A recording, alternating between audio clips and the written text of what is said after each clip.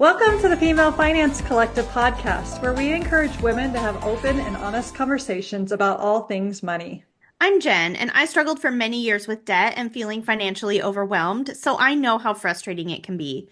Now I'm passionate about helping women confidently take control of their personal finances. And I'm Meri-Li. As a financial planner, I've had the privilege of working with hundreds of women who've transformed their financial lives. I'm excited to share my insights to help you on your financial journey. Hey, I'm Sybil. I built my dream life traveling the world and creating financial freedom on a teacher's salary. Now I help women take charge of their money and burn brighter in life. Let's start the money conversation.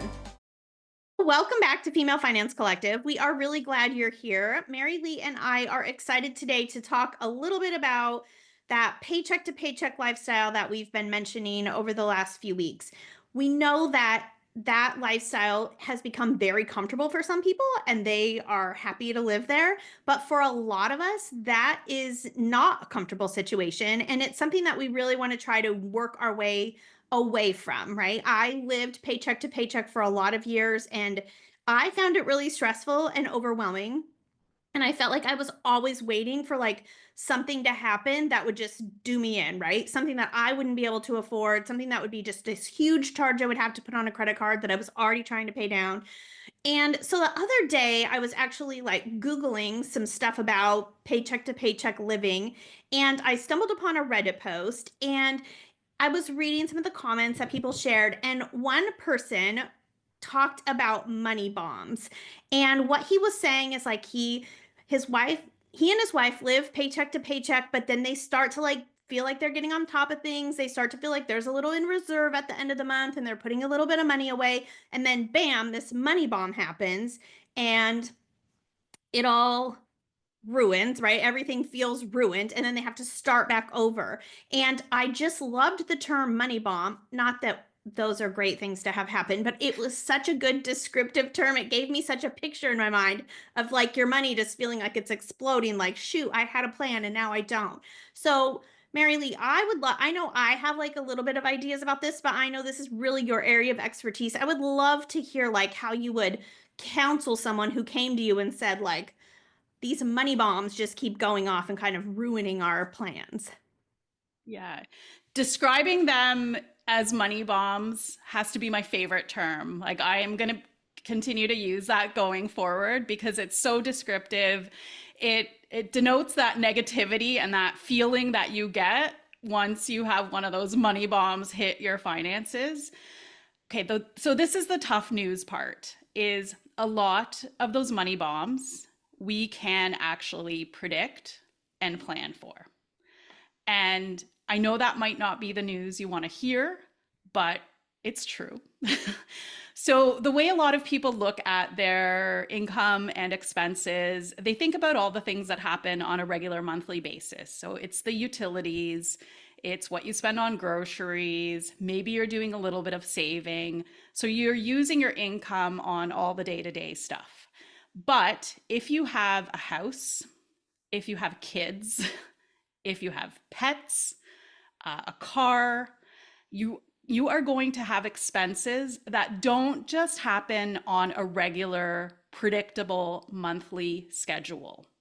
There's going to be expenses. Some of them you can plan for. So, for example, I live in a cold climate country. We have to put our winter tires on and take them off. So that's 2 visits for your car. Most people forget about those when it comes to thinking about their car expenses. Mm-hmm.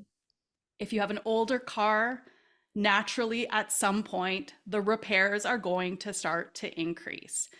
But those don't happen every month. They might happen once a year or every 18 months. It's really unpredictable.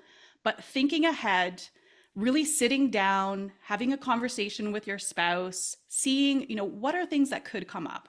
Are there things at home? Is our furnace 30 years old? That could be an area where that's kind of getting on the edge, the roof, all of those expenses that you can predict. For kids, it's sports. So often those fees, sports, camps, they're sporadic. They may happen in the fall. Summer camp is somewhere in the spring or so where you're actually putting out some money to pay for those.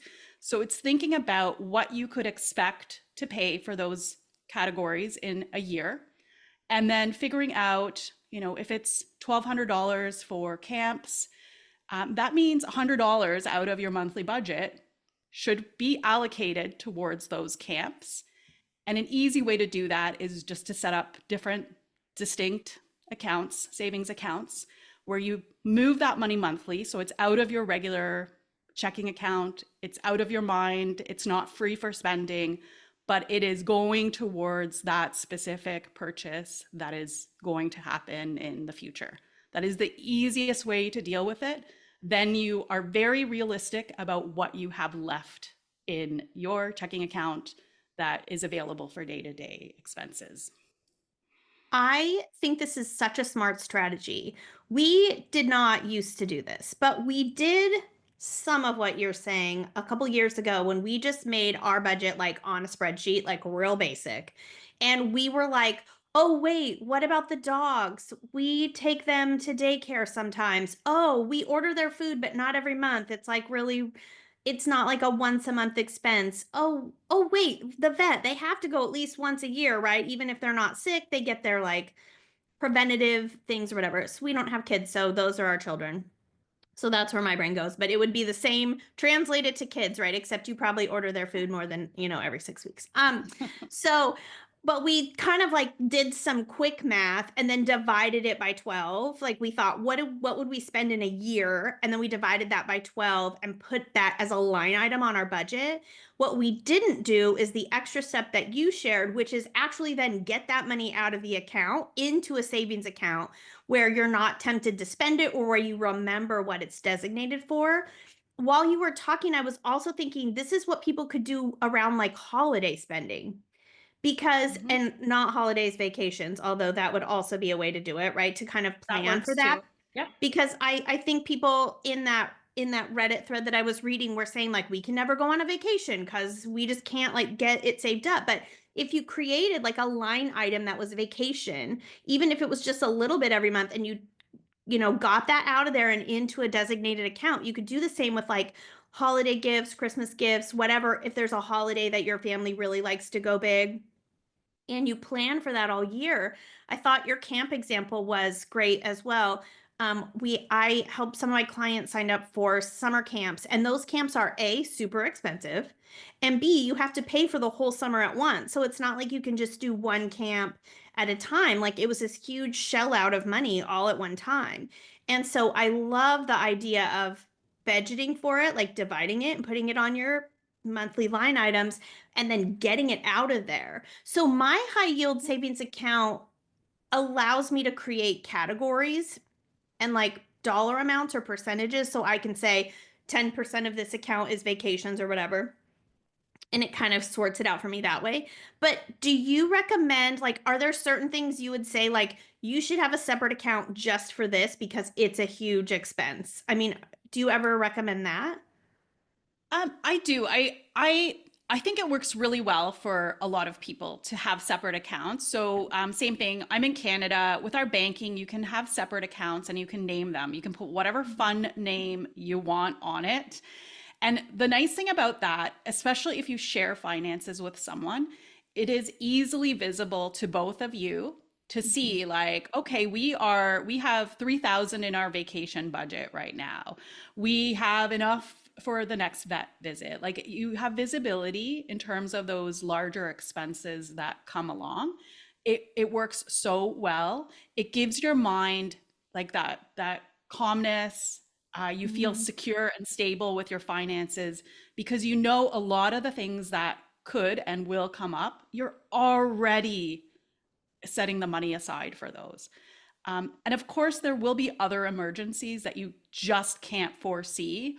And that's where having an emergency fund is a really great practice too. So having some money set aside, unfortunately right now, like I've had a couple of clients that have had job losses, completely unexpected.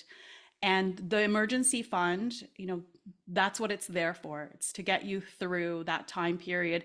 They had no idea that this was on the horizon at all.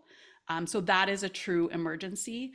Your car repair or Christmas gifts, I don't see those as emergencies because for the most part, you can plan for what is coming up. Once in a while, you might have a car doozy. We had one last year where it was like the number was so much bigger than we expected. We did use the emergency fund and then topped that back up. But for the most part, it's just sitting down, even like I just use a notebook and I just brainstorm all the things that could come up over the year. One of my kids is going to get braces. I've phoned, I've asked about what the payment schedule looks like so I can start setting that money aside ahead of time and feel really, really prepared for that. The one other area that this is really important to do is if you owe taxes, if you are self-employed and you owe taxes, setting money aside every month is highly, highly recommended. You can figure out the percentage yourself or ask your accountant, but so many entrepreneurs have the big surprise. And if you looked at your business finances on an ongoing basis, you should have some understanding of what your tax obligation is and put that money away monthly. Because it's really hard to face a big bill, and you can anticipate and plan for it in just the same way as for your vacation or pet care. Yes. So I felt super proud of myself when I started making money or paying like my little LLC. I opened a separate high yield savings account with a different bank so that there was no way to mistake that was like my money. And I put 30% of every time I got paid. I have a little business checking account set up. I'm calling it little. It does not have a ton of money in it, but I have it set up. So every time the money comes in, it automatically puts percentages in categories for me. So I have like the tax set aside so I can visually see like, oh, that's the tax money. And then I transfer that every time I get paid. I transfer that over into that high yield savings account so that I have that tax money ready and it earns a little interest for me, throughout the year. But that was something that I thought if I would not have considered this and I would have just been paying myself, transferring to like our regular checking account, there would be a humongous bill come up because of how much money I know is in that account now. I was like, if I wouldn't have prepared for this, that bill would be huge. So I think that's a really great advice for small business owners. Like it could be so tempting, especially when you're not making as much money as you want to, right? When you're just building up to use some of that money. But this is where that kind of discipline comes in, right? Whether it's with your taxes or with the money that you're budgeting for future expenses, like the discipline is that money is already earmarked for something else. I can't go in and use it. I mean, obviously there are emergency cases and that I think that's different, but what we're talking about is like those kind of day-to-day, month-to-month life expenses that we can prepare for. Another thing that you said that I thought was so smart, Meri-Li, and I have never done this, and I bet there's other people who haven't thought about it either, but calling and finding out how much something would be. So like if you know your furnace is on its last legs, get a free estimate for what a furnace repair would be so that you can start to plan for that. Call the orthodontist, like you said, and ask how much the braces are going to be. Call the car shop and be like, I feel like my air conditioning might be on the fritz. Like, what is the repair amount for that? Those where breaks, like those types of things, so that you have an idea in advance about how much money to budget for those. I thought that was such a smart idea when you said you called so you knew, like, I already kind of have a picture in my mind about what this is going to cost and how much I need to have set aside. Yeah, and that's the true shift of going from the paycheck to paycheck mentality is you are starting to be forward thinking. You're thinking ahead. It might just be, what's coming up over the next 3 months, and then you stretch it out to over the next year. That really is the big shift. And then you feel prepared. It is an amazing feeling when you go on vacation and while you use your credit card to book the trip, you have the money to pay it off. It doesn't end up sticking on the credit card. It doesn't end up taking you 6 months to pay off that vacation. You don't have to eat like nothing for weeks to try to recover from vacation. You have the money, it's paid for. It feels so amazing to be in that spot. Yes. So hopefully some of these tips were helpful to you. We're going to all remember that term money bomb. At least I am. And I know you said you are, because it just, like you said, it just creates such a visual of like that thing coming in. And so if we can plan and prep and think ahead and be forward thinkers, like you said, about our finances and what's coming up, that is the the mindset shift between paycheck to paycheck living and, you know, planning for the future and kind of getting away from that and moving forward. It's just like managing your cash flow in a little bit of a better way. So smart. So hopefully everybody found this helpful. I know I did, and I've already been thinking about it, but you shared some really great tips. So I appreciate that. And if anyone has questions or how you would plan or plot for a money bomb that you've got coming up and you're like, they didn't talk about this, I don't know how I would prepare for that. Like, let us know. Put them in the comments, shoot us an email. We would love to hear from you, and we would be happy to answer your questions. So thank you so much for joining us.